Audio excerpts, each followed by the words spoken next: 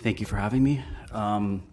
So that was a very sobering presentation, and one thing that maybe we glossed over, which I think we should really hone in on, is the fact that Jewish people are disproportionately being affected by hate crimes all over the city, vis-a-vis our population in relation to the city. We are disproportionately affected, and it is creating an unbelievable amount of fear, apprehension, everywhere. I've lived in this city my whole life, and I've never seen anti-Semitism to this degree, ever. I've been the brunt of it. Family and friends have been the brunt of it. I've gone to other places, protests, etc., where I've observed the language and the verbiage being used by many protesters, and it's sickening. And the problem is, it's been going on now for over 8 months.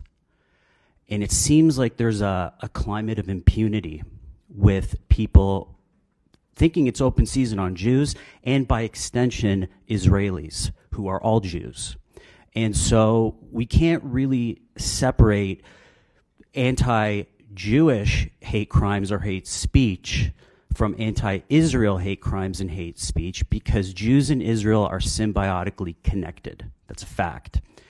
So I'm very concerned about this. The graph we just saw showed that even in 2023, record levels of anti-Semitic hate. 2024, it's going to be a lot worse. We're 8 months in now of these very hostile, very aggressive protests that have been choking our city now week in, week out.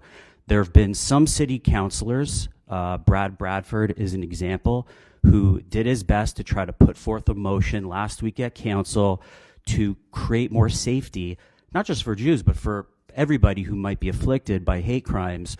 It was the safe bubble zones, safe zones in front of schools, places of worship, even people's private homes. And I was really disappointed that it failed in city council, because in this environment of elevated hate crimes, you would think these kinds of motions should pass. But 3 people who sit on the police services board voted against it.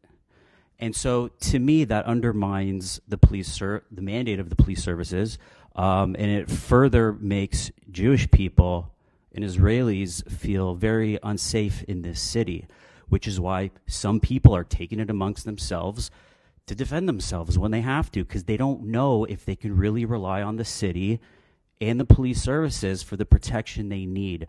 So that's really the point I wanted to make, and hopefully this will be up for further discussion, because if you're Jewish in this city, it's really bad times, and I don't want this to turn into 1938 Berlin. Thank you.